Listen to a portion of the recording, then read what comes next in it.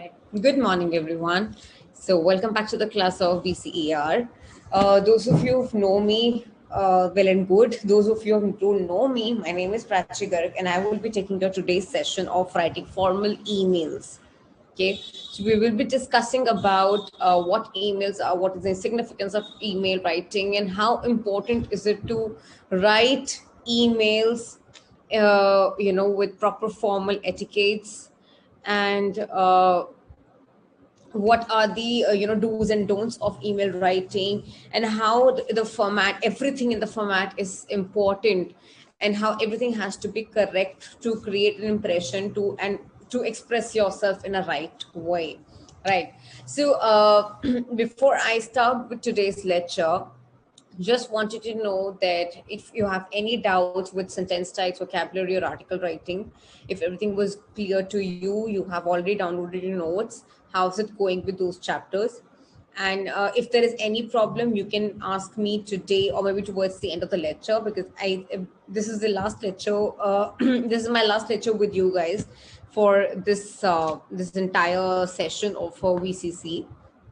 So you can ask me now if there is any problem. And if there is no problem, then we are good to go. And we'll go ahead with, today's lecture. I see so many of you have joined, but happy Navratri to you, Mukta, to you too. All right, so are we good to go? Are you guys ready with your study material?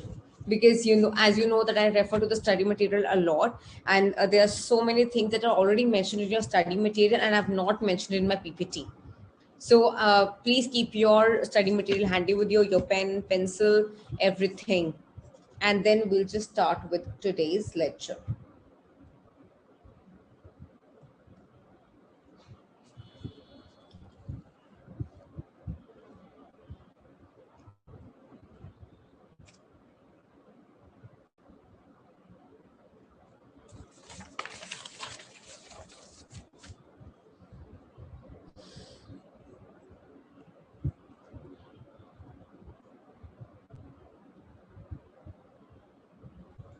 Okay, so let's begin. Let me share my screen.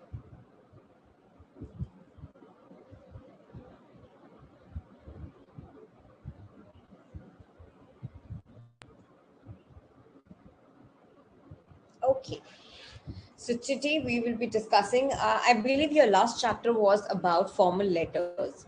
And in this chapter, we will be discussing about formal emails. Okay, now what is email first of all? I'm sure all of you know what emails are, because emails are part of our lives now.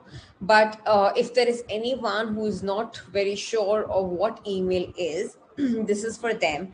That email is basically a form of communication. It's a form of communication that is used in our everyday life now, to have a formal conversation with somebody or informal conversation, irrespective of the kind of conversation you want to make. Emails have become a very important part, right? Even if you want to talk to your family and friends, so many of you and so many of us choose the way of emails to talk to them and to communicate whatever we want to say.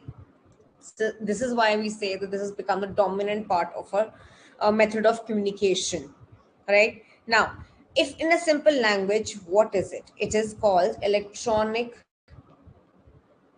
mails. So it is when you send some sort of matter electronically, that this is used with the help of internet. Emails are only possible because of internet, so that's an electronic way of sending out and a formal way of having a conversation. In letter writing, you write a letter and you post it, you send it through couriers, you speed post it, whatever. But this one is electronic way of communication, and this works because of internet, right? Okay, so this is the basic, what is the difference, right? Now, Of course, when I say that this is possible because of internet, this has come into being because of internet, right? It's only because of internet that we have got this revolutionary change in the way of our communication, right? In letter writing, you write a letter, you post it, the person will receive it in a day or so. At least a day will be taken for a letter to be to reach to somebody through courier also, right? But this is just a click away, right? This is why this has become the major part of our lives now, because this is just a click away. You just write it and you just send. As soon as you hit a send button, the other person will receive it in a span of few seconds, right? Provided that you're both of the both the parties have their internets working, you will receive it within seconds, right? These days you must have heard people saying that don't post it to me, just scan the documents and send it across, right? Why to waste time on scanning the documents, getting the copy done, then preparing the entire document, and then dock it and then just send it across? Why not just scan the documents and send it? The person will receive everything in the next 5 minutes, right? And you are good to go with your work, right? So having said that, this is the fastest way of communication now, right? Right. Okay. And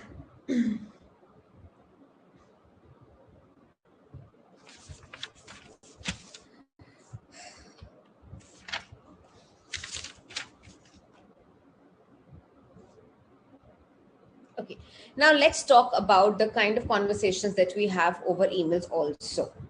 Of course, just as letter writing, for emails also we have formal emails, we have semi formal emails, and then we have informal emails. Now, formal emails is basically when you are talking to people outside your organization, or you're having a conversation with your business client, or somebody, a supplier, with anyone with whom you mean a serious business. So you use formal emails for them, right? Semi formal is when you're talking to somebody within your team, within your organization, right? Now we don't call it informal. The language can be little informal, or and it can be a little casual, but you have to maintain certain decorum because you're talking to somebody within the organization. So it's in the middle of formal and informal, right? It can be a little friendly, but you cannot use slangs and you cannot use anything that you want to say. Informal is, of course, when you are writing to your family, to your friends, and you can just write the way you want it. There is no particular rules, or there's no particular way of writing those emails, right? So this is strictly for your family and friends. This is for the people with whom you have a serious business. You're talking to people for the first time, or you're talking to somebody outside your organization. You're talking to somebody whom you might be signing a contract soon, or maybe might have a business deal soon. So you always keep the conversation formal, right? Semi formal is when you're talking to people within your team or your organization. Am I clear? Right?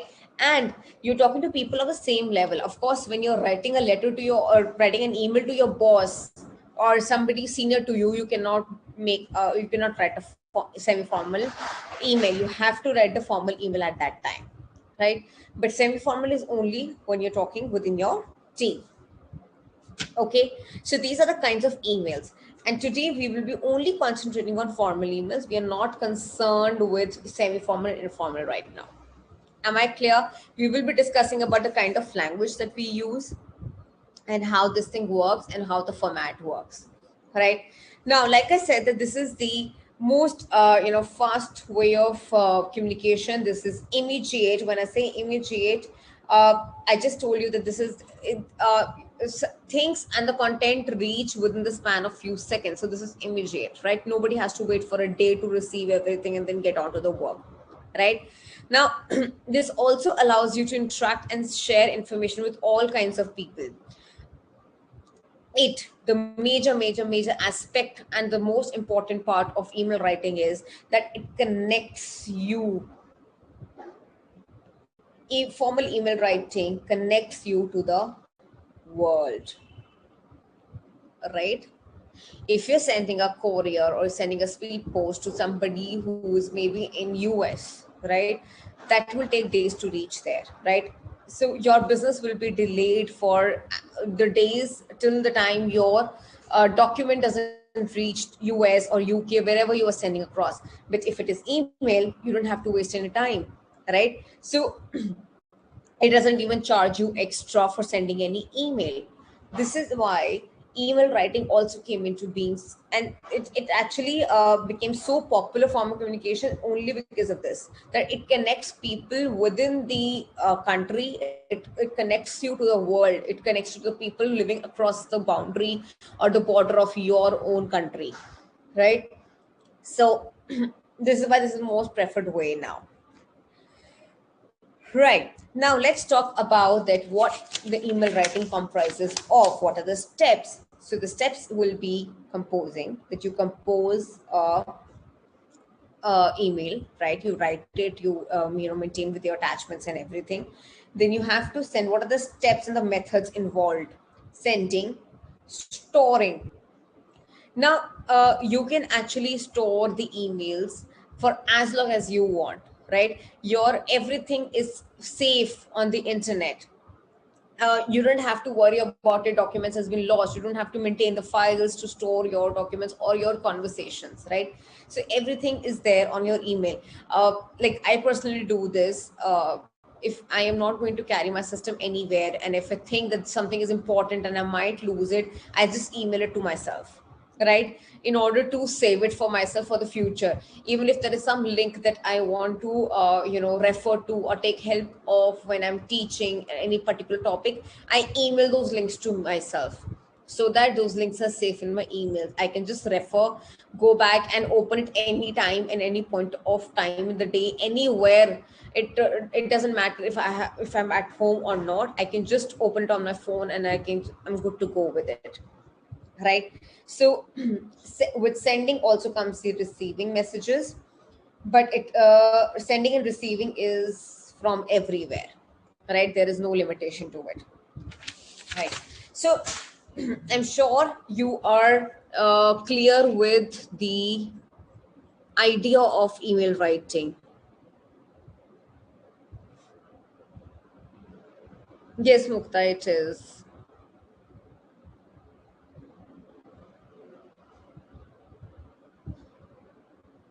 Right, Soumya. I'm sure many of you do that. Many of us, email the documents to ourselves in order to save it for future. Okay.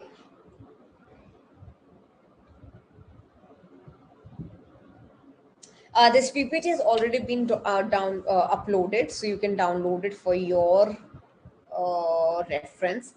Now, let's just quickly take a look at what is an email. It's a short for electronic email, commonly used of music communication. Fast, immediate, allow you to interact with all kinds of businesses, connects you within and beyond the national boundaries, requires certain skills, being a professional setup. Now, we will be talking about this professional setup throughout this lecture. There is a certain way of writing an email, right? There's certain rules that you need to follow. You have to be professional, you have to be formal while writing an email writing, right? We will be discussing that, I mean, as we proceed with this chapter. It is essential not to make mistakes. Yes. See, if you are making conversation with somebody for the first time and you want to be in business with that person, you have to make sure that your email doesn't have any mistake, not even any grammatical mistake, because that creates a very bad impression, right? You shouldn't make mistake with the format. You shouldn't make the mistake of how to start the email, how to end the email. There's an entire particular way of doing it.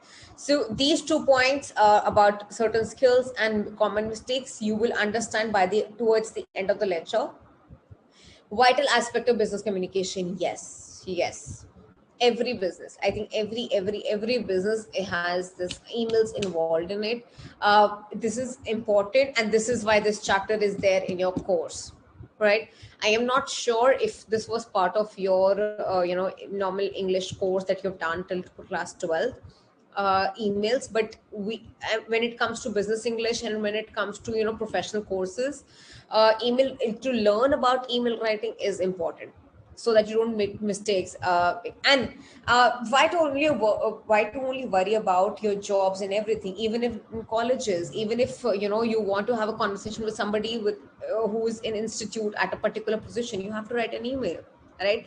Email is the best way to reach out to people, even the at a higher positions or in a higher authorities. If you call somebody, nobody will pick your call, right? Nobody has this much of time to talk to you if they don't know you. And people at times ignore calls of people whom they don't know.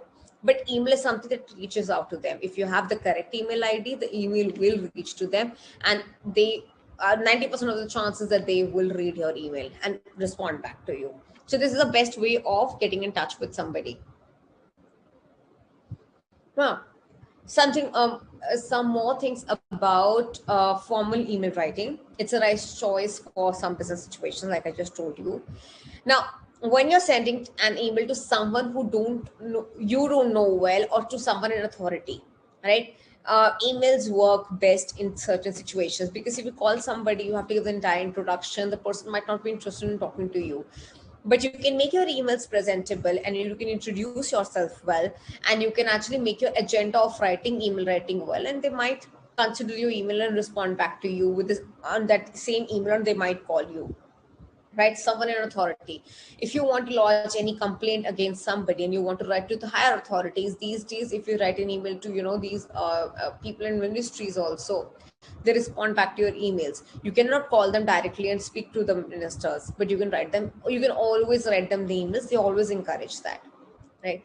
Avoid using abbreviations, contractions, slang, emoticons, and other informal terminologies. Yes, please, please, please remove this from your right. I mean, whatever you are writing, this should be avoided for, I feel, for almost every email, any writing skill, except informal letters or except informal email writing. But whenever you're writing a formal or informal things, this has to be removed. If you remember, I told you for the article writing also, these things are not even allowed in article writing also, right? Similarly, for report writing also, these things won't be allowed. So for any writing skill, these abbreviations, contractions, and slangs are not allowed. So avoid using this altogether. Use complete sentences and proper grammar. I told you this. Whenever there's a formal conversation happening, even if it is informal, if you do not have complete sentences, if you're not using proper grammar, you cannot put your word across, right? You cannot convey what you want to say across, right? So using proper English and everything is very important. Now, having said that, I will be sharing with you two sample of sentences or sample of writing. You have to tell me which is formal and which is informal. One. Second is why this is formal and why this is informal. Okay. Look at these two sentences and tell me which is the formal way of writing and which is the informal way of writing. This box that you see was actually emoticon here, some smiley being made here. When I copied it on or when I was making it on the PPT, this converted into a box. So just consider this as an emoji. Okay, now tell me the difference. One is formal and one is informal. If you think which, I mean, like the first one is formal, then why it is formal. If you think the second one is formal, then why it is formal. Quick.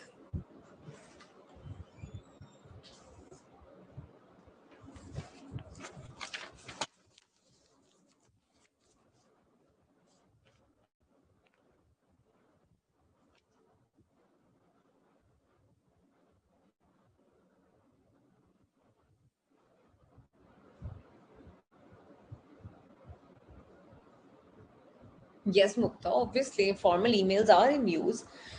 I mean, so many of your family and friends might be staying over the seas. You will be right. I mean, I'm sure you write emails to them. So those emails are informal emails.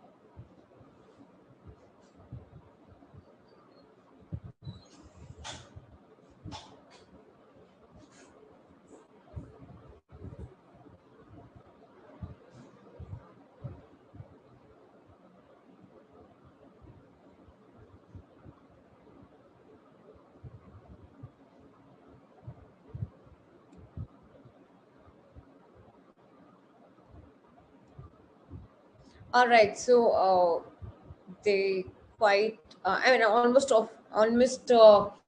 every one of you've got it right. The first one is formal, yes. The second one is informal. Now, why first one is formal is that there are proper sentences and proper grammatically correct sentences. There are no slangs used, there are no abbreviations used, and the information is clear. In the second one, there are no proper sentences. The message is conveyed in some phrases like required meeting, December 5, 9:30 a.m. So December is also in the short. You are supposed to write the full form of December, not as DEC. uh, Updates needed, see ya there. This is slang. See ya there is a slang way of using it, right? uh, so this is all informal, right? Now if you read the first sentence, the meeting is scheduled for December 5th at 9:30 a.m. All students must attend. Your project updates are needed. So this is a message that is being published in any school or any institution to students from the authorities, right? The use of language has to be formal. You cannot write informal language within the organization, right? Within any kind of institution, any kind of organization, no informal language can be used, right? Even if teachers are talking to students, the language has to be formal. Whatever they are writing has to be in a formal way of writing. Yes, and the emoji is also used here. You don't use emojis while talking to students, right? So yes, the first, now you got a fair idea which is the formal language and which is the informal language. But if the second part, if you're writing to any friend who might understand your this way of writing, you can write it to them informally in a text message or email, but not again when you're writing formally. Now, let's talk about the basic format of email writing. Now, this is the format of email writing, no matter which, this thing you're using. What do you call it?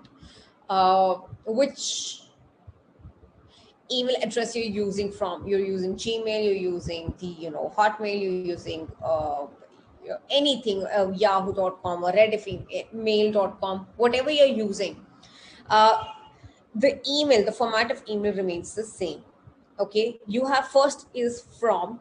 So in from, you write the sender's name, which is sender's email ID in this case. First comes the email ID. Now, this is important. You have to check this twice, thrice before sending an email, because you might note down a wrong email address and your email might not reach to the person. You've written the wrong spelling. Even if a letter goes wrong, the entire email ID goes wrong, right? Even if there is a mistake of a full stop, the entire email ID goes wrong. So you have to check this twice, thrice, so that your email reaches to the right person. 2 comes the email ID from where you are sending the email. Now, this is automatic. You don't have to fill in this. It will come automatically. It will automatically pick your email ID that you are sharing it from your email ID. Then comes CC, carbon copy. If you want the same email to be read or to reach to this other people also, right? For example, I am talking to my boss, I'm sending an email, but I want my other team members to also see what conversation is happening and what is happening in the project. So I will add their email IDs in CC, right? So that everybody can see, right? Now, when my boss receives that email, he or she also knows that this email is marked to all of these people and everybody can read the email. So he has an option of saying reply to all, so that his reply reaches to everyone. But fourth option is BCC. Now, BCC is when I am sharing a document with somebody else, but I don't want the sender to know about it, right? I don't want anybody else to know to whom I am sending these emails, right? So I can just do the BCC. Now, when I mention the email IDs and names in BCC, the sender, the receiver,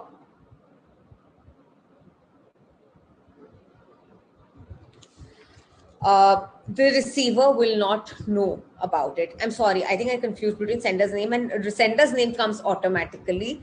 2, you have to fill in the receiver who is going to receive your email. It was opposite. Okay, for sender's name will come automatically your email address, and 2 is to whom you want to send. Now, so when you add the email IDs in BCC, uh, receiver will never know who else received this email other than the receiver. Then comes the subject line. Now, subject line is the in a way a title or the reason of why you're writing an email, right? So your subject line is very important. Your subject line decides if somebody is going to read your email or not, right? It has to be crafted with very much with a good thought, so that the other person also gets an idea about it, what this email is about, and at the same time the other person is encouraged to open your email and read what you have written, right? Then comes the salutation. Salutation is, you always start with whom you're going to address this email, like dear Mr. Sharma, dear Rohan. So you have to give a salutation to whom you're writing this email. Okay. It is always good to mention on dear sir or ma'am. You always have a beginning of you always have a salutation in the beginning of your body of your email. Then comes the main body. So you will write in your 1 2 3 paragraphs. You have to make small paragraph, very small paragraphs. You want to break it down, the agenda of your writing the email. Then you close it. By closing, I mean that you close it about that, I'm looking forward to hear from you. Let me know what you think about it. So you always close an email so that the other person, Vidya, it's an electronic email. You don't have to mention the date and time is automatic. Whenever you send an email, the date, you will see the date and time. It comes on the email automatically. Since it's electronic, you don't have to mention it. Sarfaraz, I'll just explain it to you again. Don't worry. So you always close an email on a point that you are looking forward to hear from the person. So you want the other person to respond back to you.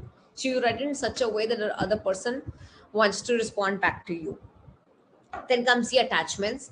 So if you are sharing some documents, then you attach them along with your emails, and you also specify that there are some attachments here. So you say like, please find attached the documents mentioned above or below. Then there is a signature line. You always sign the email. Now, before signing, you will mention about,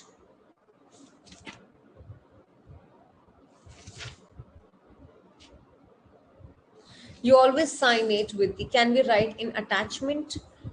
No, you cannot write an attachment. There is no separate column of attachment. There is only a sign given which says that you can, when you click on it, by clicking on it, you can attach the email on it. Okay. Uh, then comes the signature line, that how you sign it, sign the document, right? If you want, I can just show you how to write an email. 1 second. Let me just share the screen and I can just show you how to write the email.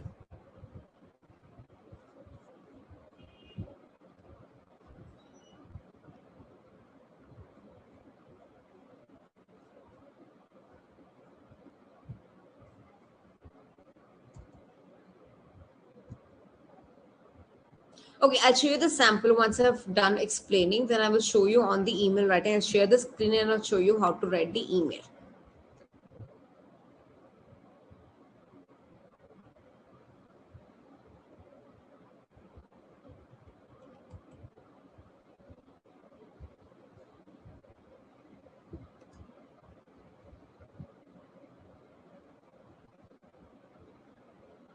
And also, when you're closing the email, you close with a proper salutation. Just the way you have salutation, you have a closing also, where you mention about, thank you, best regards, sincerely, thanking you, yours. So before you write your full name, you always write something before that. It is always good to write, this is polite, and this creates a good impression also, right? Okay, so this was about the basic format. Now we will be looking at the, everything one by one, so that we understand in detail that what is the importance of everything in the format, every point in the format. Now let's start with the subject line. Now It's just the way I told you that.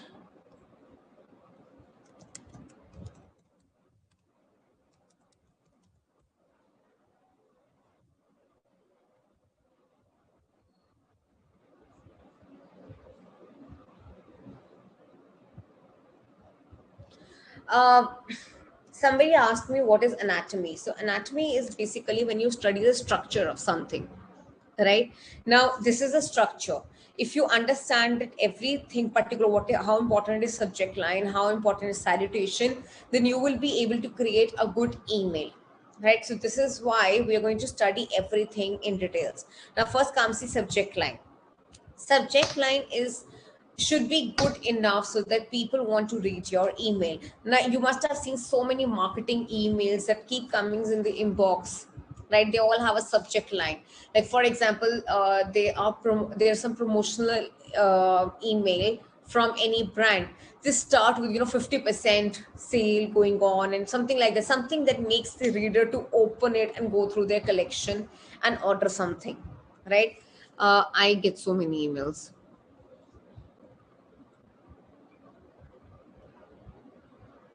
Now, this I've received one email whose subject line says, "Attention, protect your bank accounts from fraudsters."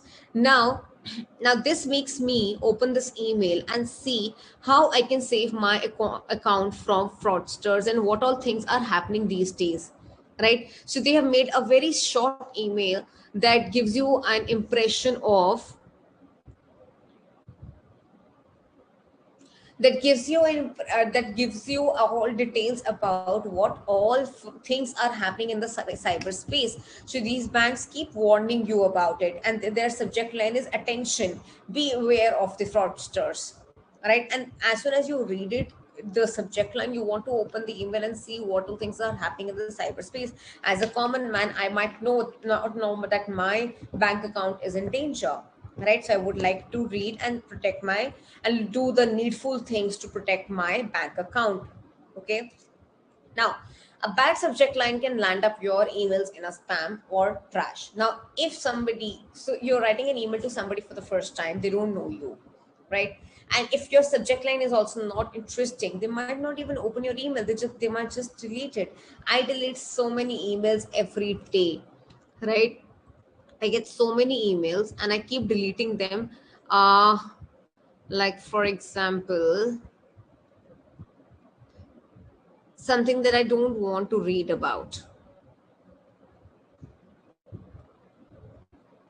I just deleted the emails yesterday. Okay. Anything which is boring, something that doesn't ever interest you, lands up always in the trash.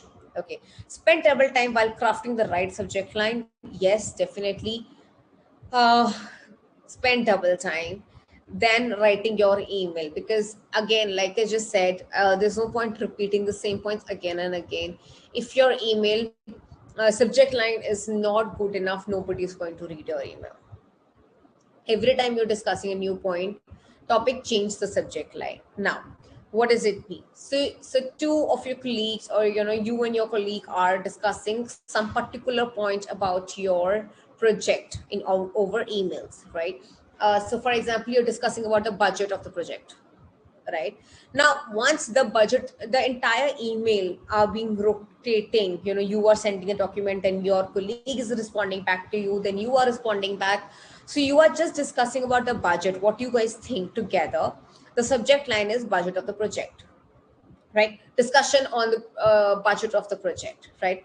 But now suddenly you feel like discussing the layout of, or the project plan of in details, right?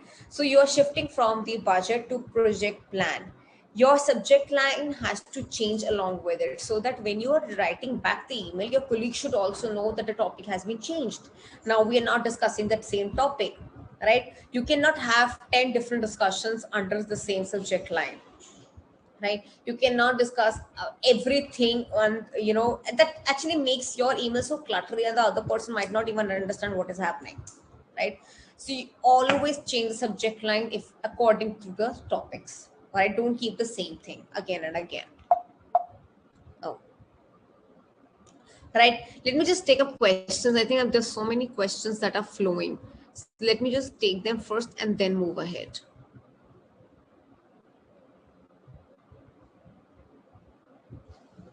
Rangna, you don't say can we post pictures and attachments? You attach the pictures in the attachments. Yes, you can obviously attach the pictures and you can send it. Yes, subject should be catchy, Shagun.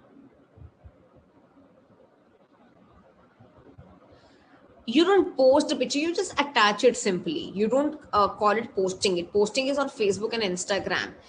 In the language of email writing, you say you have attached a picture, right? So you're sending an invitation, you can just simply say I've attached the invitation.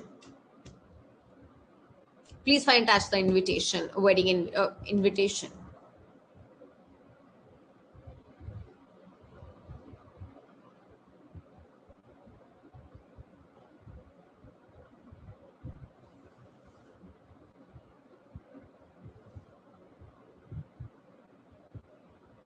I'll do that, surprise. I'll just do that.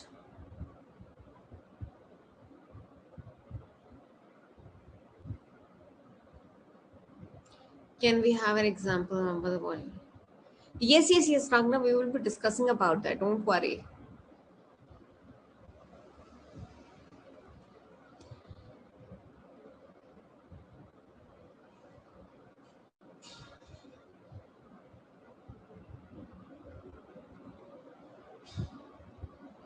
Kanishka, when I say spend double time, that means spend good amount of time while crafting a subject line. That's it's all it means, right? Just spend some time that what should be the subject line, okay? BCC. Uh, BCC is, so basically, let me just give you an example.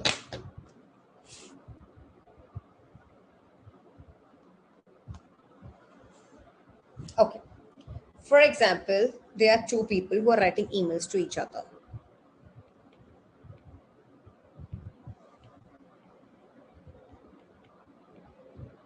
Rohan and Rohit. Okay. Now, Rohan is writing email to Rohit, right? So, how it will be? This is from will be Rohan at gmail.com. Okay. To Rohit at gmail.com. Okay. Now, this is from and to. Now, CC is they have another team member whose name is Akanksha. Right? Now, whatever conversation Rohan and Rohit are having, they want Akanksha also to know about it. So that when she comes back and joins them back, she knows what is happening in the project. So maybe Akanksha is on off for a few days. And maybe these two are taking care of some particular part of the project, but overall, these three are taking care of the project. So now they want Akanksha also to know what discussion is happening. Now, Rohit also knows that Rohan has sent the email to Akanksha also, right? We call it marking. Okay, in the language of email writing, we call it marking. So Rohan has marked the email to Akanksha also. Okay, now these three know each other. These three know that this email has particular emails has reached to everyone, right? Now, for example, Rohan, who is the sender here, wants to share their conversation with somebody else also, but he doesn't want Rohit and Akanksha to know about it, right? So let's just say he's sharing the information with Aditya. Okay. Now, I don't know who Aditya is, but all I know is that Rohan doesn't want Akanksha and Rohit to know that Aditya is also reading the same emails. Not all the emails, but the email that has been sent by Rohan. Okay.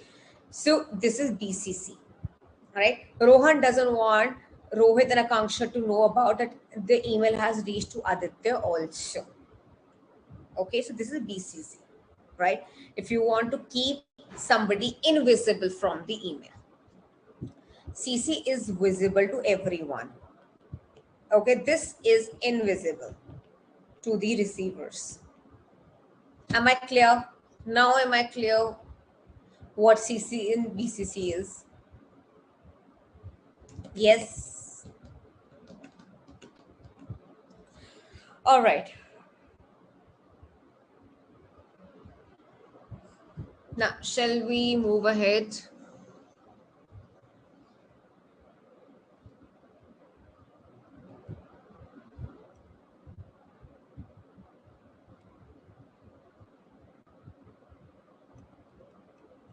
Okay, great. So now let's move on to the next part, which is salutations, and which is my favorite part of discussion.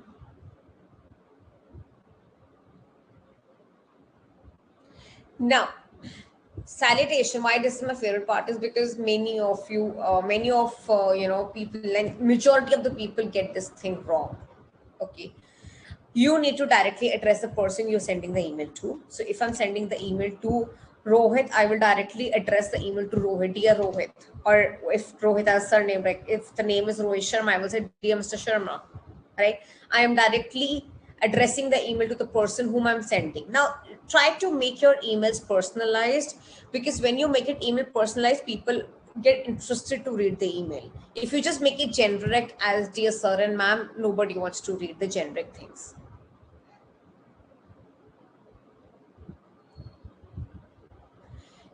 Yes, Riddhi. Aditya knows that the email has been sent to Akanksha and Rohit.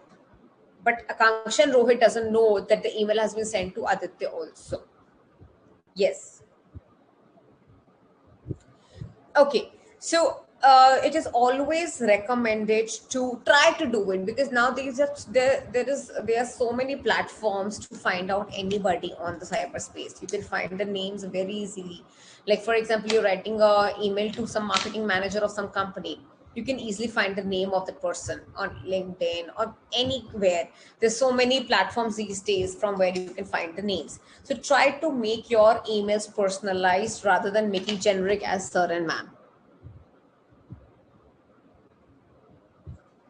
All right. Okay. Now, how you should actually address the emails.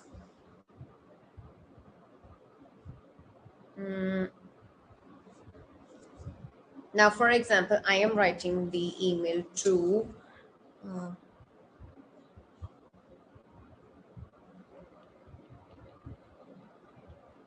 Ria Jones.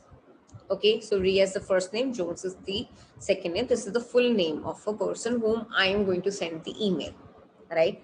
So either I will say, dear Ria. Okay, if I have, even if I had single conversation with this girl, I will write dear Ria. But if I'm writing for the first time, I will write dear Miss Jones. Dear Miss Jones. Okay, so either you write it in this way or you write it in this way. You never write dear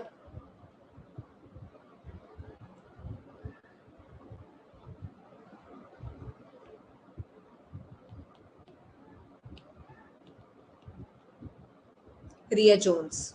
This is wrong. You never write in this way, right? You either mention the first name after dear, or hi, hi, hello, whatever you want to mention here. Depending on the relationship with the person, you will choose this, and you write either dear Ria or you write dear Miss, Mr., Mrs., whatever you want to use as a title, and the second name. Am I clear? Yes, right? This is totally wrong. Never use that, right? This is where people get it wrong. They always write full name with dear. All right. Okay.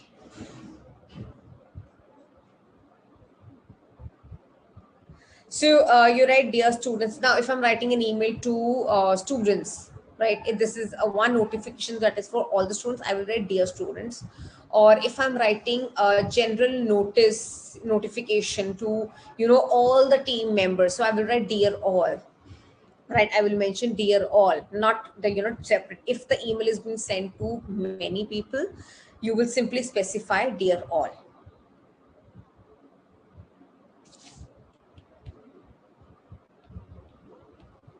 Okay, if there's messages for dear students. Okay, if I as a principal writing the email to all the teachers, I will write dear teachers. Okay, dear team members, if I'm writing to too many people, the same email is going to so many people, then this is how you start it. But if it is going to the particular person, then you name the person. Okay, try to find the email address. If you cannot find the name of the person, but you know in which department you want to specify, this is not used quite often, dear human resource department, but this is also considered correct. Okay, dear sir and madam is your last resort if you really don't know who the person is and to whom you're writing the email. And to whom it may concern is very rare, very, very, very rare. So avoid using that. Right. So are we clear about the salutation and greetings part? Now let's move on to the body. Now in the body of the email, you first introduce yourself. If you are writing an email to somebody for the first time, you're just meeting somebody for the first, writing and having a first conversation with somebody. Yes, you have to put comma after dear Ria. Yes, Pranjali. Yes. You introduce yourself, you introduce your main agenda of your email. Now, in the first short 1 or 2 lines, you introduce yourself and then you talk about your agenda. I'm writing this email to apply for this position, right? Uh, be clear and concise. Nobody wants to read long emails. Nobody has time to read like really long emails. So try to make it very clear and concise. Don't bore anybody. You be straight to the point while writing the emails. Divide the paragraph in email according to the points discussed.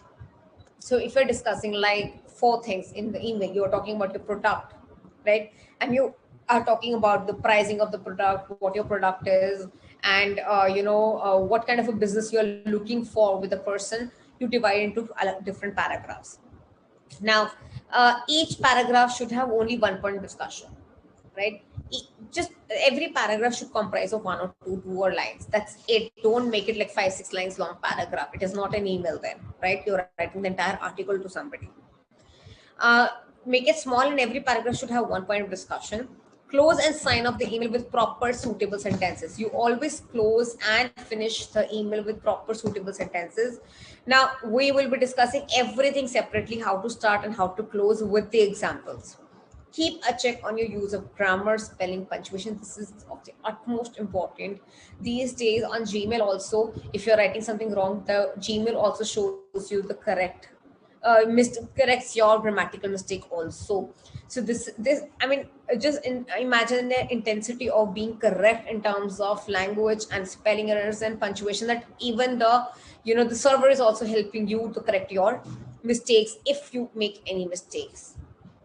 All right. And if there is no proper use of language these days, you have this suggestion also that you should frame a sentence in a certain way, right? So this is why that you have to be very conscious of what grammar, spelling and punctuation you're using.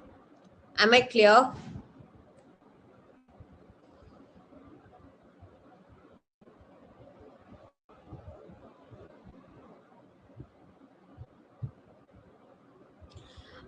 Shreya, if you're writing the email to your principal, then it has to be dear ma'am. You cannot take the name of your principal, right? You have to look at the position also to whom you're writing the email.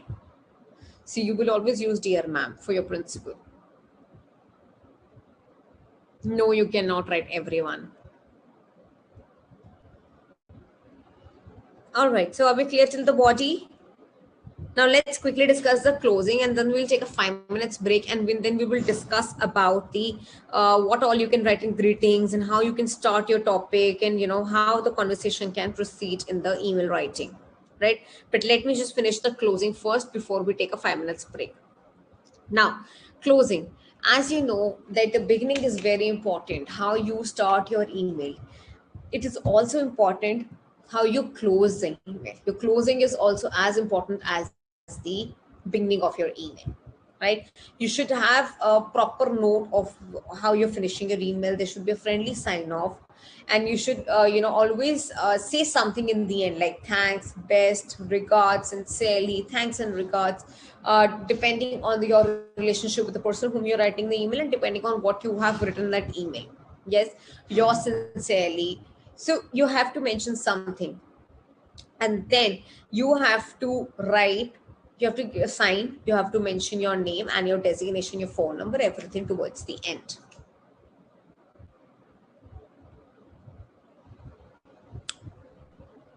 Easily you can write, but mostly it is a dear that we use, which, yes, in case you're writing to your principal, then you can.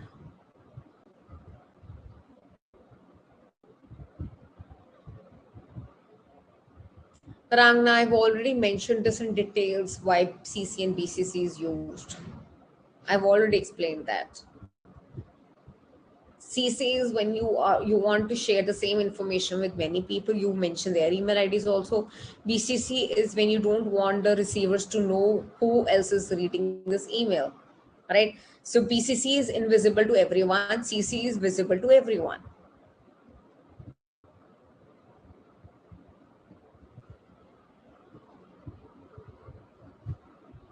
Okay, so you have to choose a closing that feels genuine to your personality, tailor it to your relationship to ensure professionalism. Now, what it means? It totally means that you have to see what suits your personality. It totally depends on what kind of in profession you are, what kind of a language is used, and what works in your profession, and of course, and what is good for your relationship with the person whom you're sending the email, right? If you have a very long relationship, you have to choose accordingly. If you're writing to somebody for the first time, you have to choose accordingly. Am I clear? Any doubts till now?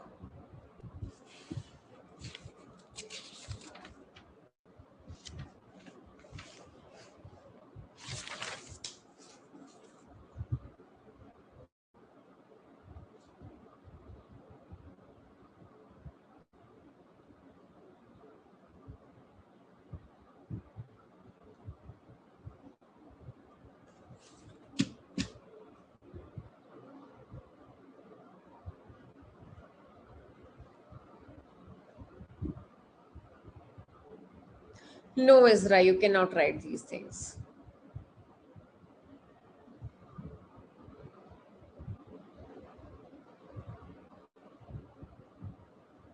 Dear slash ma'am Palak. That's what I told you, that if you do not know exactly whom you're sending the email, you don't even know if the person is male or female, then you specify both, dear sir slash ma'am, or dear ma'am slash sir. So you don't know who will receive this email. You are not sure.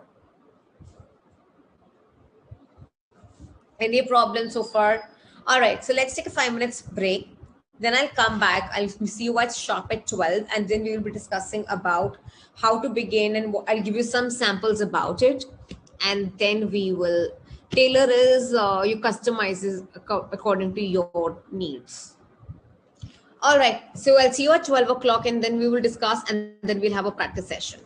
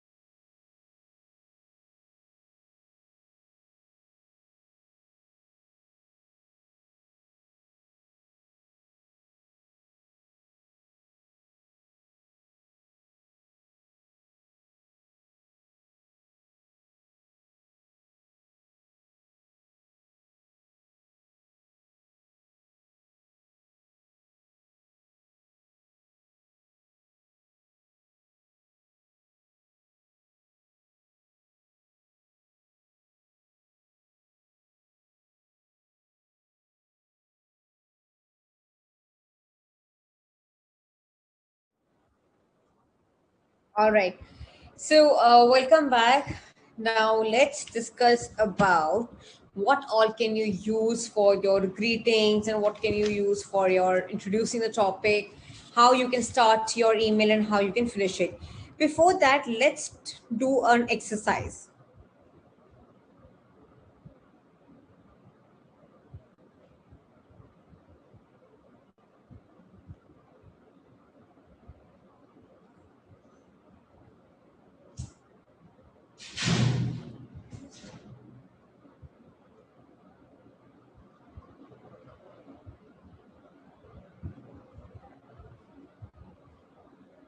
Okay, let's discuss this first. There's no point that I keep telling you about what to do and what not to do. Let's see a sample. Um,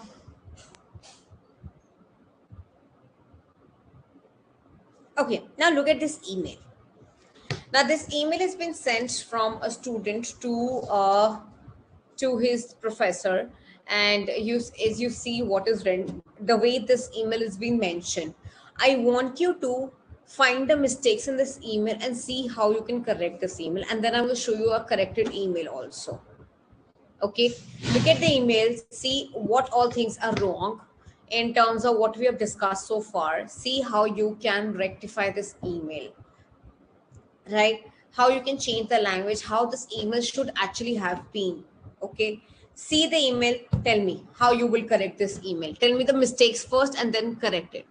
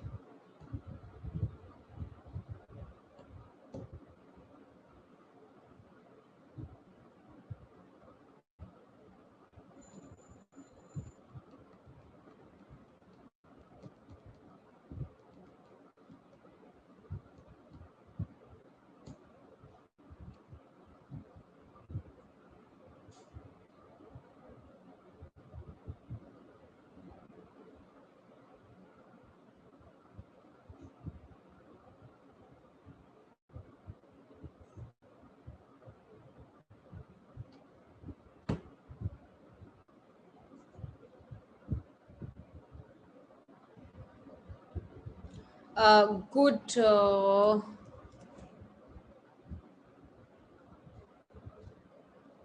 Rishita.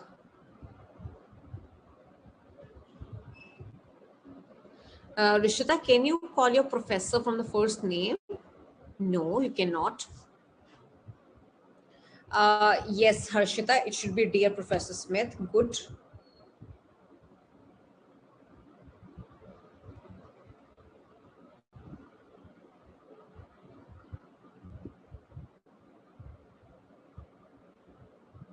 Okay, Tanmay.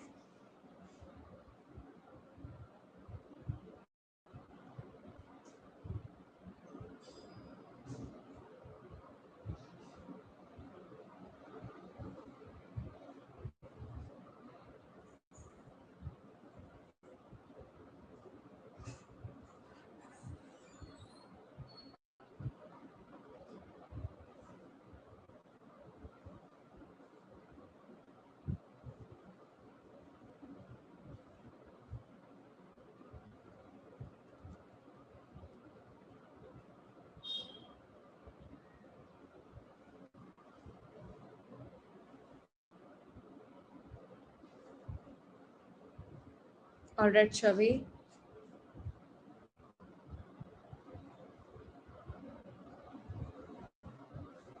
Good Isel, yes, the reason for the absence must be expressed in a respectful way to professor.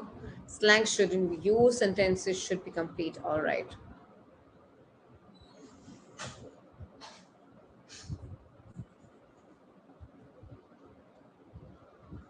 I'm sorry to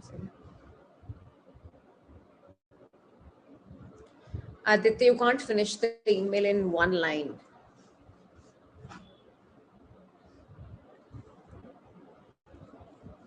Go to Kashmir. Okay, look at the corrected version. Dear Professor Smith, I'm sorry to inform you, but I will not be able to attend the class today because I am ill.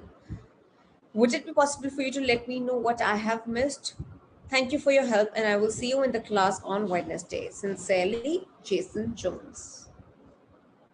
Now, if you see in the first one, it says, Hello, Professor Smith. I'm sorry to tell you, but I'm sick and I will not be able to attend the class. See you Wednesday.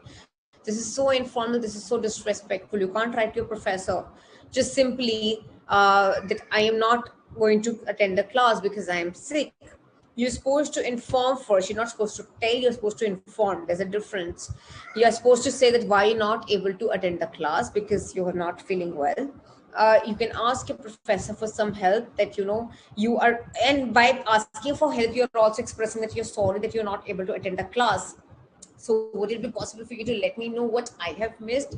Yes, that you're asking for help and you're sorry for what you're going to miss the today's class. Then after asking for help, he also thank you for your help, and I will see you in the class on Wednesday. And he says that I will be back on Wednesday as soon as I feel better. Sincerely, Jason Jones. Now he is writing to the professor, so he's using sincerely because he's a student, right? He can't just simply mention. And when you are right as a student, you're writing to your teachers or your professors or your principal, you use sincerely mostly because you are a student.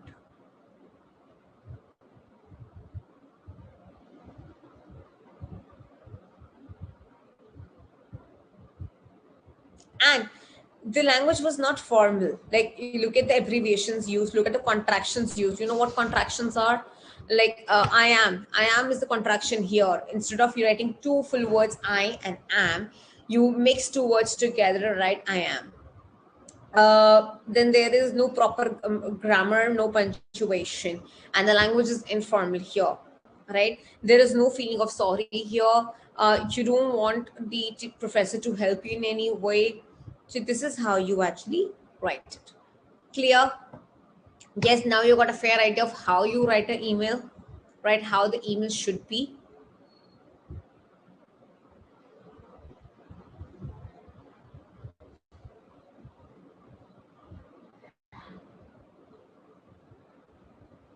Now look at this. Now, when you're talking about the greetings, you can write, Dear Jones, hi Amit. So hi Amit, if you're talking to somebody of your own age and you already work together and you're kind of friendly with each other now, so you can say hi Amit. But the email has to be formal because again you're talking business. Dear Professor Jane, so you're writing to your professor, your teacher, this is how you can write. Dear Miss Sharma, if you're writing to somebody formally, you write the title, Mr. Miss something, and then the second name, not the first name. Okay. Introducing a topic, informing. Now, when you are starting a topic and you want to introduce a topic or you want to, start your email, you can start with this is to inform you. And then, you can just go on. You can say just to let you know because you're informing somebody and you're giving some information. Good news, bad news. I've got a news for you. You are telling somebody about the promotion. So you're like, good news. I've got a news for you that I've been promoted this December, right? So you can start when you're introducing a topic and you're informing something. This is how you can begin. But if you are following up, if the conversation is already going on and you're just following up, you can say as discussed. Now, for example, I have had a discussion over phone and now I want the conversation to be formal on the emails. So I can say as discussed, we can start working on Monday, right? To follow up on our meeting and discussion, we would like to know when will we receive the documents as required, as required by you. Please find attached the documents, right? So somebody requires some documents from you, and you can just simply write as required by you. Please find attached the documents. In regards to your job post on LinkedIn, I'm writing this email to apply for the position. So this is how you can begin your, these are different ways of beginning your emails. Asking or requesting, I would like to know if you would be interested in a meeting tomorrow. Could you please let me know if the project plan was okay and we're good to go ahead with the plan? Could you confirm if could you confirm when can we meet and discuss this in person? Could you give me an update, quote or an estimate? Could you give me an quote for the particular project or for the particular product, right? So asking and requesting, saying thanks and bye. You can simply write, get back to me. Thank you for getting back to me. Thanks for sharing the information. Thanks for the update. Uh, Thank you for the email. Thanks for following up on, or thanks for following up with. So you can start with your thanks also. If somebody has sent you an email, and you can just simply want to thank them first. Ending. Now, this is very important. You are always supposed to end the document, email in a certain way. I will get back to you as soon as I can. I'll let you know if we are interested and if something, materializes. Let me know if you are interested in going ahead. Keep me posted with what's happening, what's the progress. Keep me posted with the progress of the project. Thanks, regards, all the best, right? If you just simply want to finish the conversation and you're not expecting any reply further, you can just simply say all the best, thanks and regards. Am I clear? Right, so these are the few things that you can use while writing an email, right? And needless to say, I mention this every time, the more you practice your writing skills, the better it will be for you, right? So the more you practice writing, the better you will become. Every time you will learn a new thing, every time you will overcome a mistake, right? And this is how you can move on.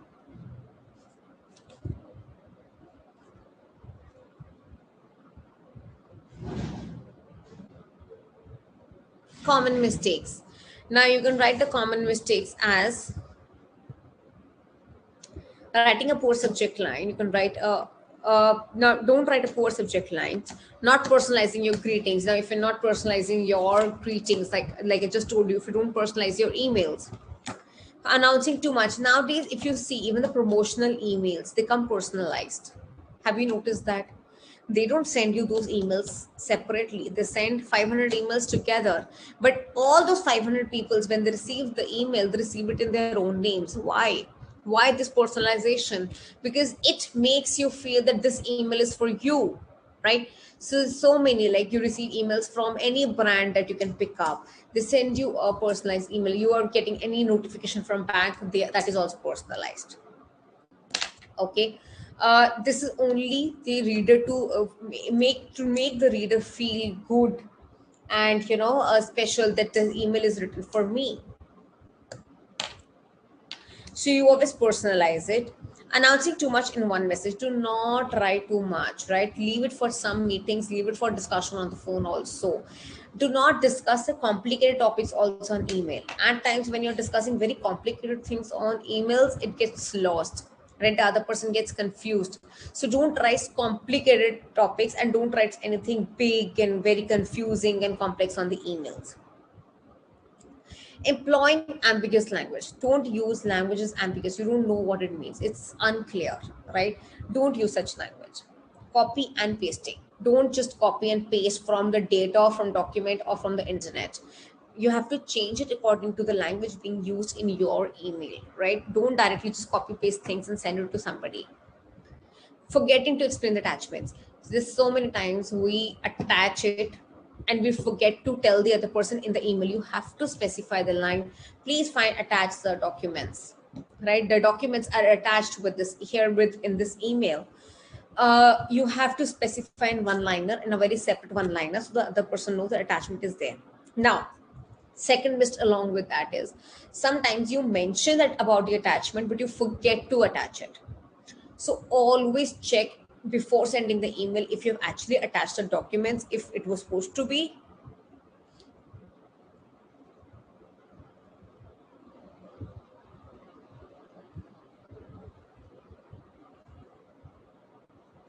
Mukta, now this is the mistake these people do. So this is the automatically generated emails, right?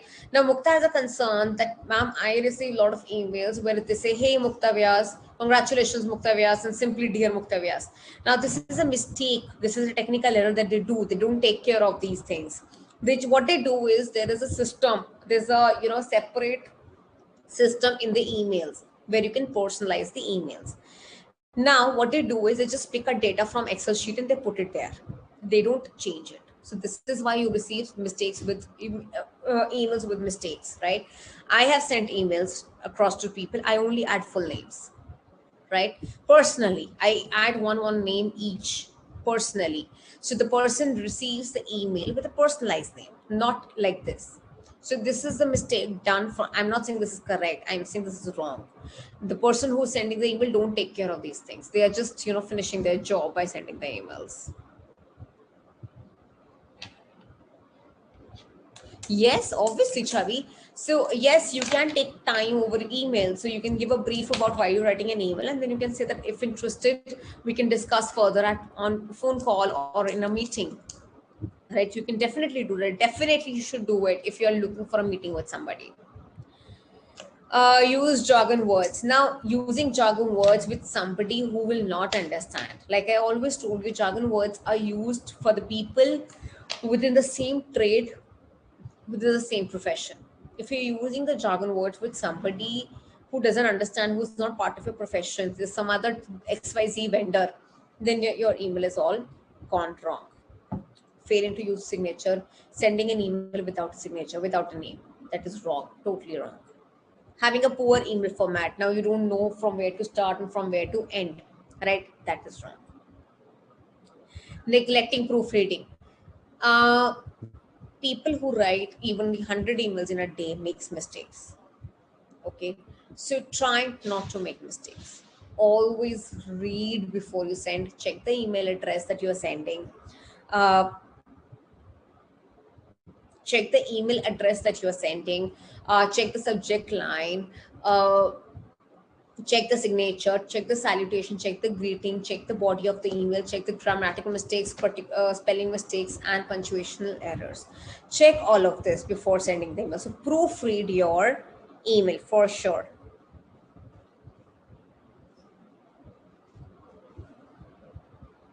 Okay, I want you to read this.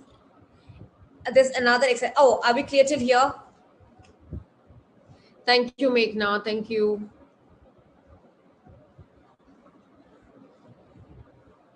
Second, not personalizing your greetings. That's what you want, Akanksha. Not personalizing your greetings is that when you do not personalize your greeting, like if you're sending the email to me, right, and my name is not there, you just simply write "Dear Ma'am," or so try to make it personalized. I mean, I'm your teacher, so you will be writing "Ma'am" to me, but if you're writing to somebody else and you don't write their name, the other person might think that this email is not from me. This is the generic email to send to 100 people besides me also. But if you write the email with my name, I will look at personally, because I know that this email was written for me, right? You want to say something to me directly, so always personalize it. Anything else? So that I mean, we can just start with the practice.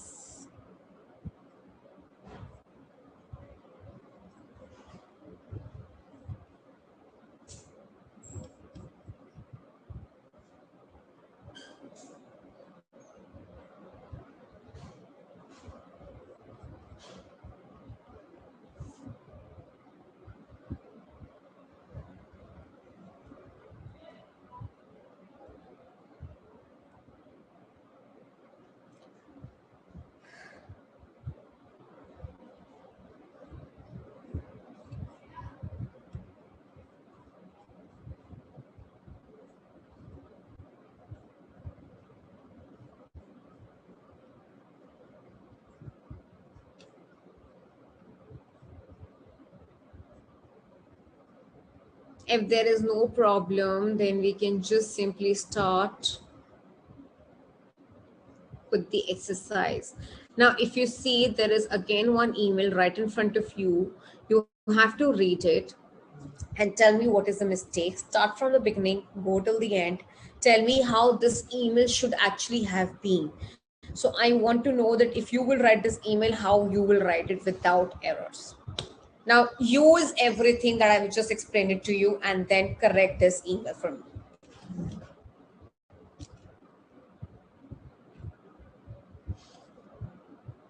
I give you 5 minutes for this. Take good time and write this email. You can easily make 4 5 paragraphs. Just see how you're going to break down this email. You can clearly see that this email is the first email being exchanged between two people. So how this email should have been.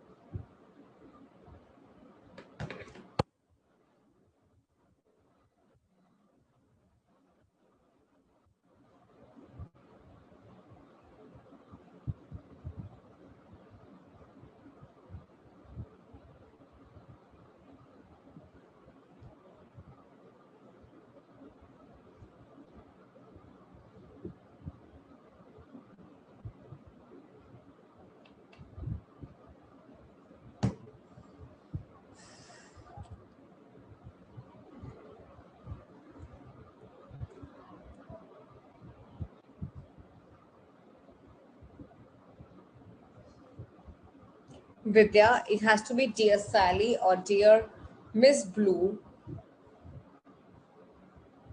not Dear Blue.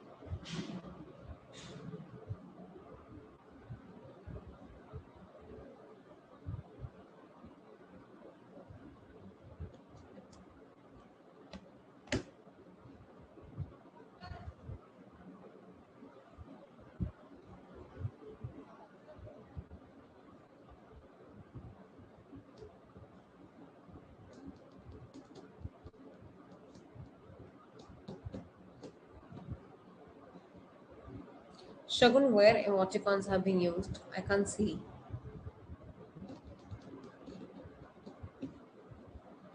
Quickly correct the email.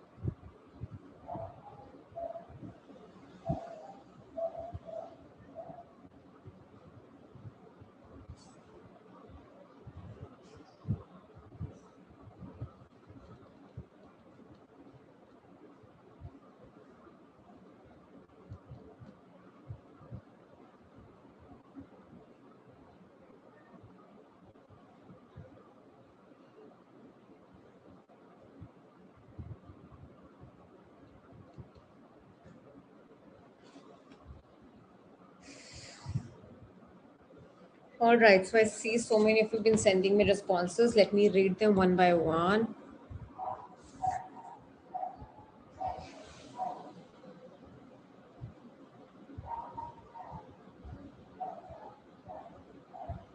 Dear Miss Blue, no.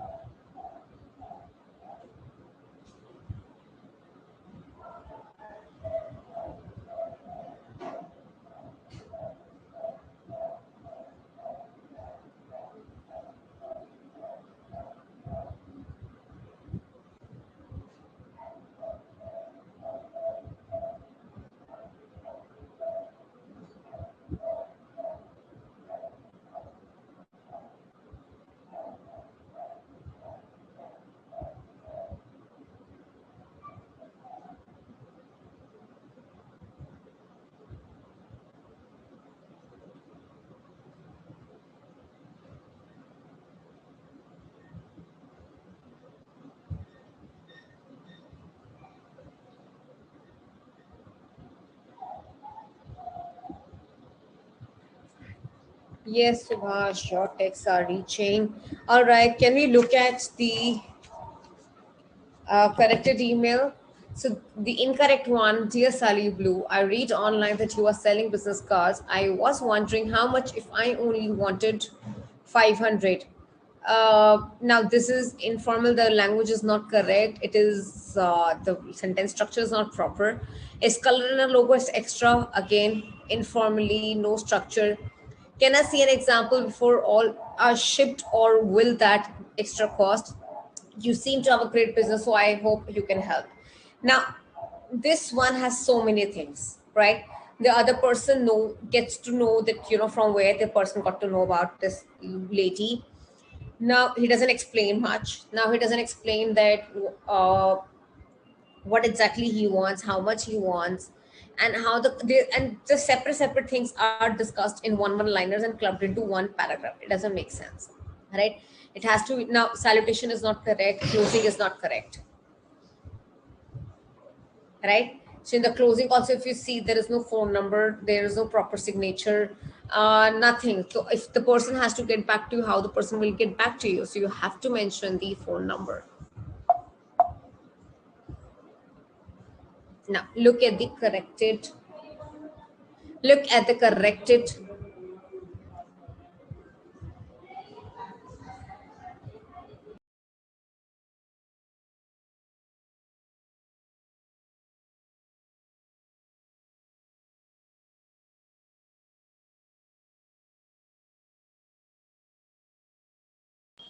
Dear Miss Blue, I was searching online for a company that makes business cards.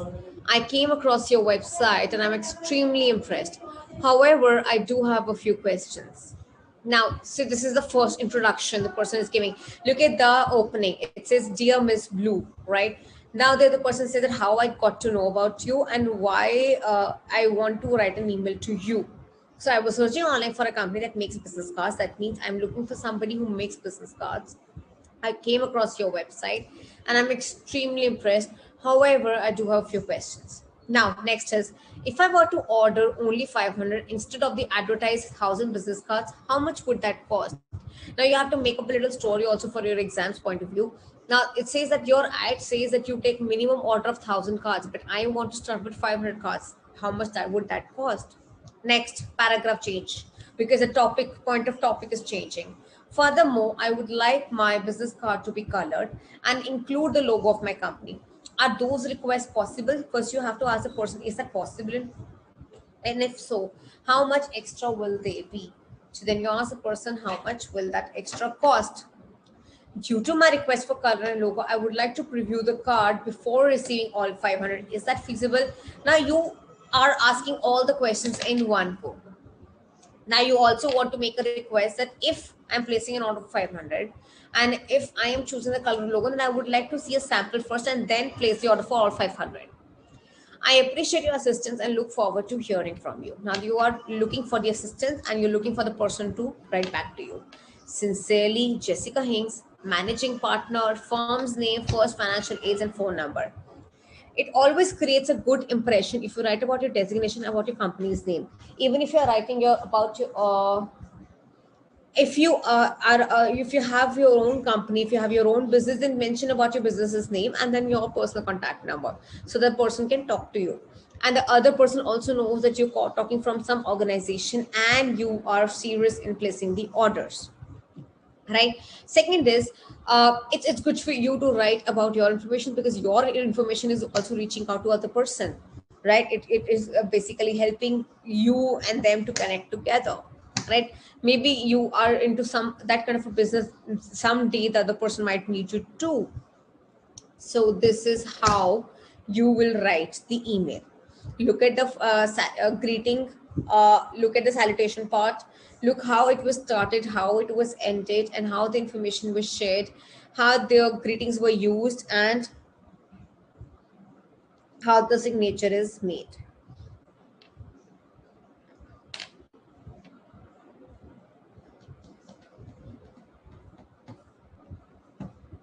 Look at the language that is being used, even if they are, 1 second, I think somebody is not able to.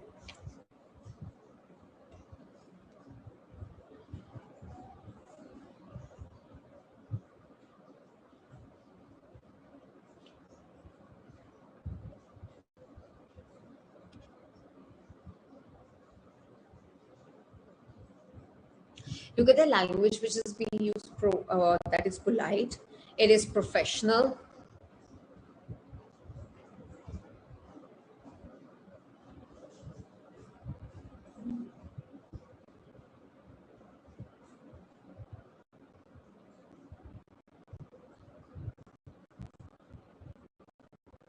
Like the words like, I appreciate your assistance. Then you are polite enough to say that this is my request, that is, will it be possible for you to fulfill it? The other person is sending the requirements also across in the first email itself. If these requirements will be good enough for the person will respond back. Otherwise, the person will not respond back. But you have kept your points very clear. Can you look at the paragraph changes? This comprises of maximum 1 or 2 lines. This is how the email should be. You have given all the information and it is short also. You're not writing big paragraphs. You're not writing an article here. So don't make it big. Keep it short and simple. That's it. Are we clear?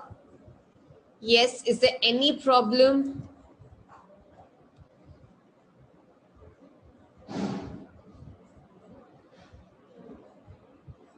Yeah. Is there any problem that you all have? Or shall I move ahead?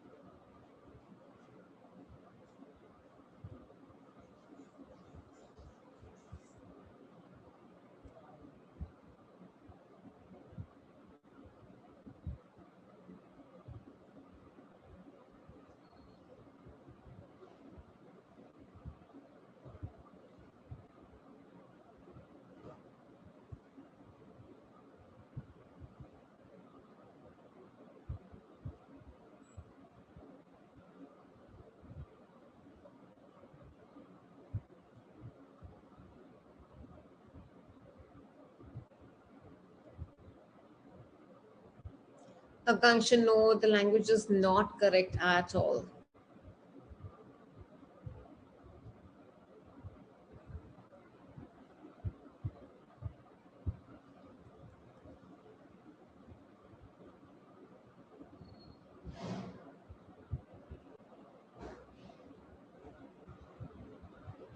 Anushka, you can. If you have some pointers, you can.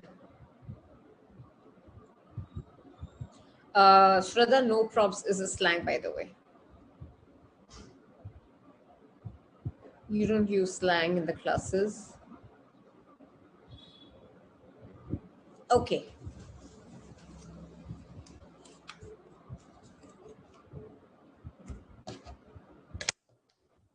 When I say signature line, I mean the name, designation, company's name, and the phone number.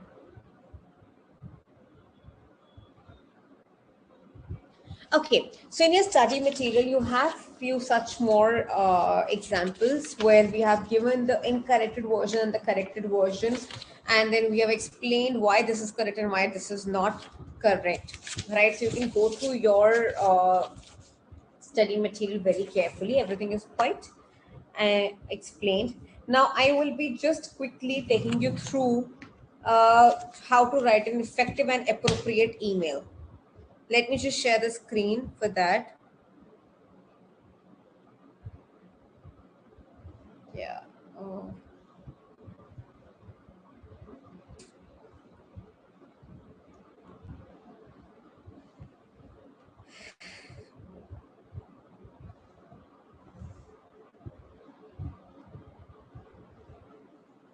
Now, how to write an effective and appropriate email.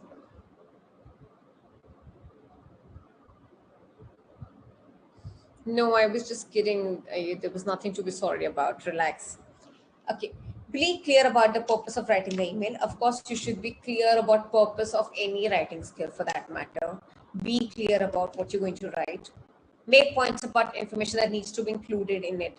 Make points, just make for your information, just make points that this is what I had to discuss so that you also don't miss out onto any information. Your tone and language should be suitable for the intended recipients. Now, your tone and language should be according to the topic and should be according to the person who's going to receive it, right? If you're scolding somebody, if you have a complaint against somebody, of course you will be angry, and then your language will be in such a way. But if you're talking to somebody, for the first time, you have to be polite. If you're talking to somebody senior to you, you have to be polite and formal, like email. That's true. Use official email IDs. Now, when I say official email IDs, I'm not talking about the domains here. I am also talking about that. Write your name perfectly. I mean, all of us have these casual email IDs that we have made for social networking website. Your formal email ID should be proper, having just your name, right? Or your name or your date of birth maximum. But it has to be, it should look formal. Use an appropriate salutation. That is not, I'm not supposed to explain this now. Keep the mail short and simple. I've told you, use short sentences to convey your message clearly and concisely. Whenever you use long sentences, you confuse the reader. Okay, I told you this during article writing also. Use simple sentences, don't complex anything. State the subject and main purpose of writing clearly in the opening paragraph. Use separate paragraphs for stating different points. The content of the email should be logically and systematically organized. Do not write the entire email in capital letters. Never, never, never do that. Uh, Whenever you're writing an email in capital letter, it seems like you're shouting at somebody and you're being rude at somebody. Is my voice breaking? Is it okay now? One of you have complained about the voice breaking. Is my voice clear? Then I will move ahead.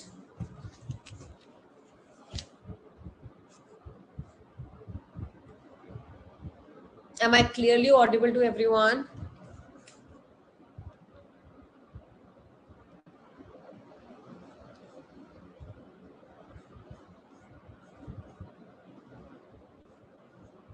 Hello?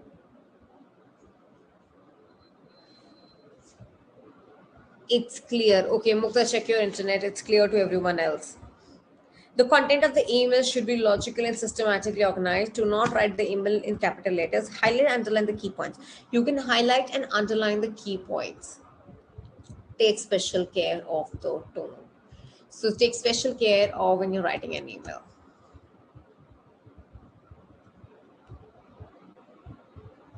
Ensure you're always polite, irrespective of the provocation. It means no matter how much you're angry, when you're writing an email, be polite as you can be.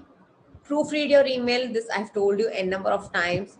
When framing a reply to received email, ensure you answer the queries or request in it. When you are framing a reply, when you have received an email and you're replying back to it, ensure that your answer queries, everything is there.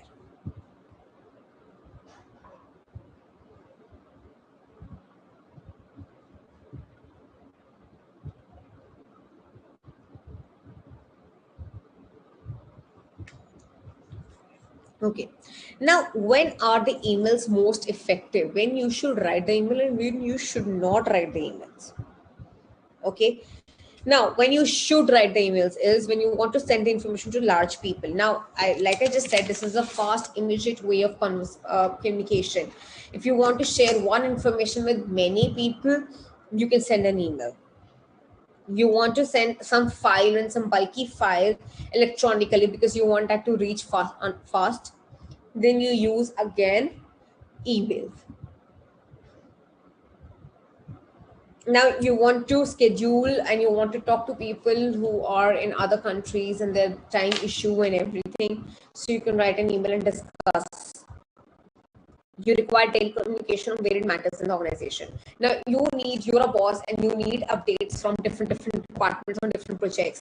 It is not possible for you to conduct all the meetings every day. So, but all the teams can send you one consolidated email talking about everything, what has happened in the day, what was the progress, what steps has been taken. And if there is any problem, they can ask you over emails. You need a written record of communication. Yes. Emails are the written record of communication. So if there's any discussion, you want to finalize some agreement or something, you can actually speak over emails, and then if the other person also accepts the terms and conditions, it becomes a formal contract.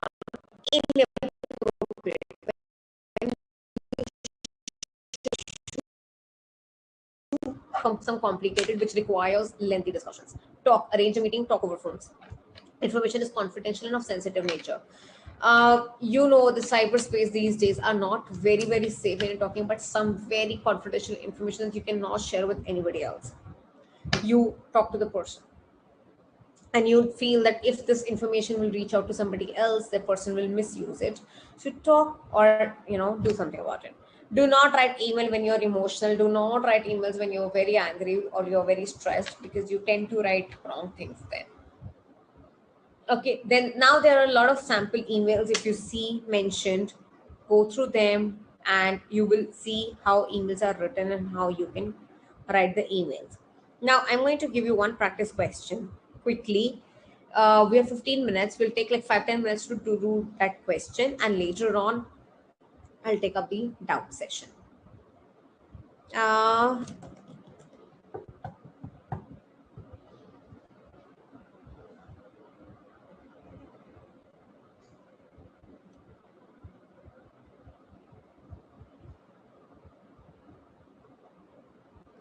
I think it will be fine. It's just that because of the internet.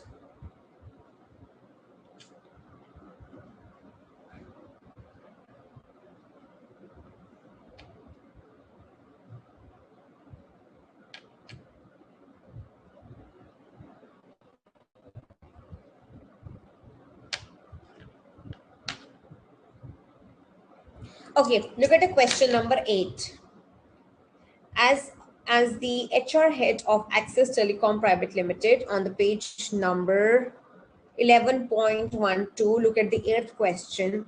Let's do that. As the HR head of Access Telecom Private Limited, write an appointment mail to Mr. Anshul Malik informing him about his selection for team leads, sales and marketing division.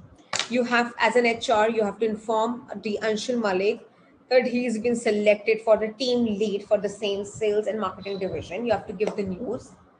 Now, what will be the subject line and how you will start the email, how you will close it. Write the entire email quickly to me. This is not a very long email. So how you will start, what will be your subject line, and how you will share the information, what will you be your closing statement, and how you will end it. Quickly, let's start. You have 5 minutes for this.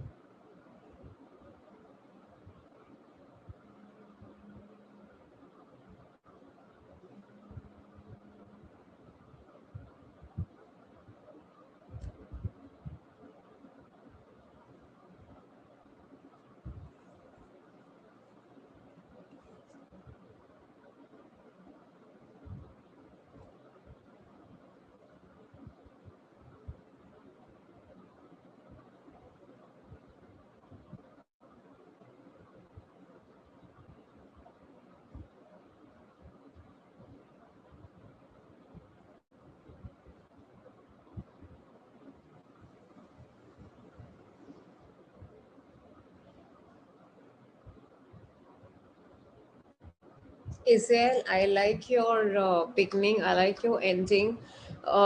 In the middle, I think you need to elaborate a little more. So you can talk about, please find attached your appointment letter enclosed with this email, and you can tell that the person to, sign all the documents and send back to you at earliest.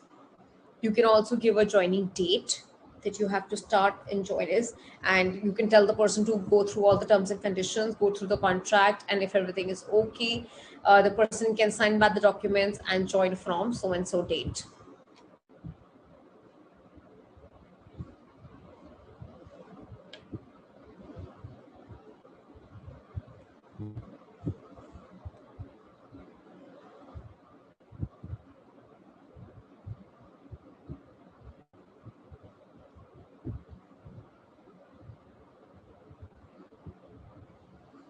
All right. So, okay, I have gone through your responses. Your responses are fine.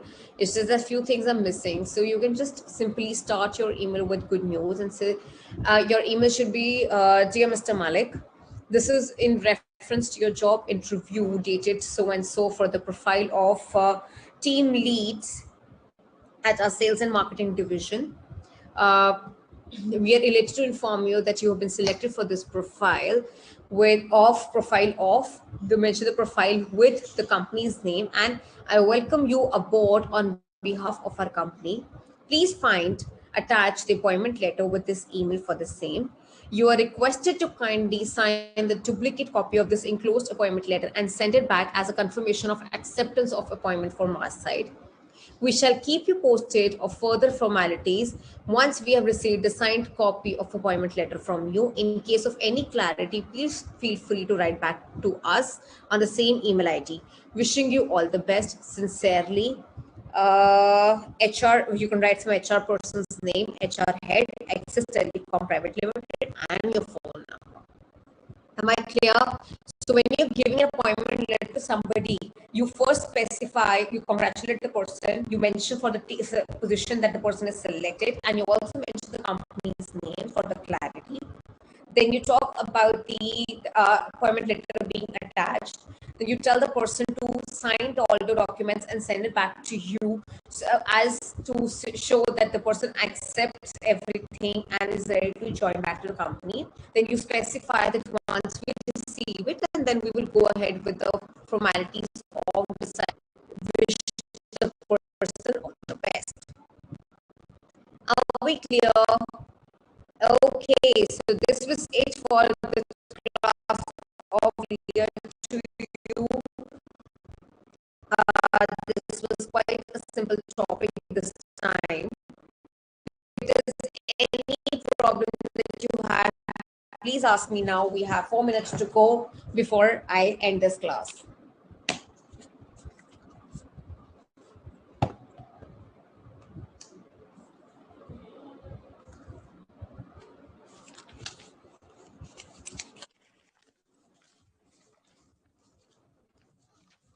See, just understand that you are an HR head. You are informing somebody, but you have to be formal also.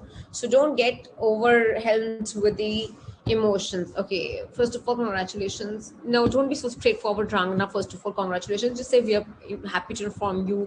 We're glad to inform you. We're elated to have you. You're selected as a team. Our family has 5 months. Okay, you can do that. You're invited to collect the appointment letter.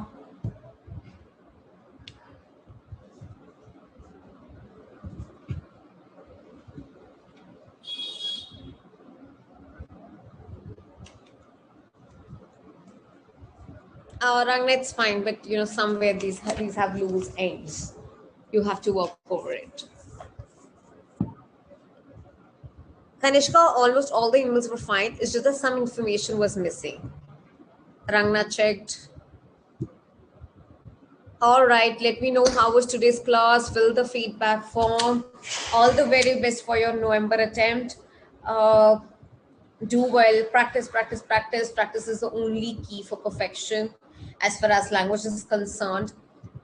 This particular course is not going to only help you for your foundation exam, but is going to help you in the long run.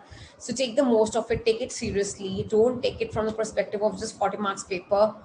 Practice so that this stays with you forever. These basics will help you no matter where you go and where you land up yourself, where, in which job, in your own business. I mean, once you become CA, these things will help you. These are part of your skill sets that people are going to see in you. And this is why this has been introduced during foundation, to build your foundation to be a good CA. So all the very best.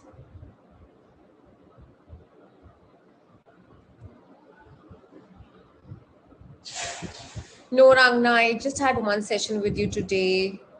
All right, Shobit. Thank you.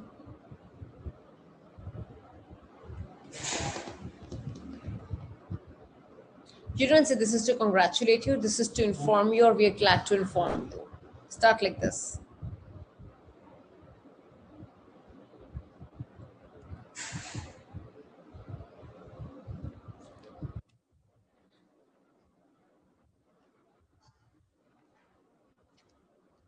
Any problems? If everything is clear, just let me know that everything is clear.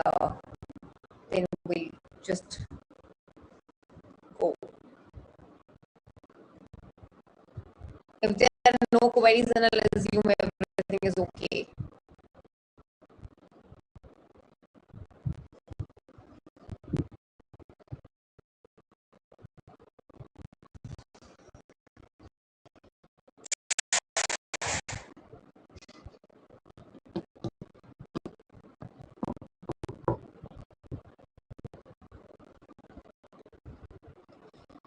Shraddha, don't give a letter that sounds very rude. Just Shraddha, head of Human Resource Department, Access Telecom. About your approval or denial of your offer, don't do that. You have your appointment letter on Wednesday on this is from the state. The orientation program to be held at head office will be conducted. No, the orientation program will be conducted at our head office on 26th and 27th October. The language is not correct. The date of join, the official date of joining is 20th October. Please feel free to write to us if there is any query or if you need any clarification. Great, Kanishka, you understood. Thank you, Rangna. Thank you. Yes, you can do that, Priyanka.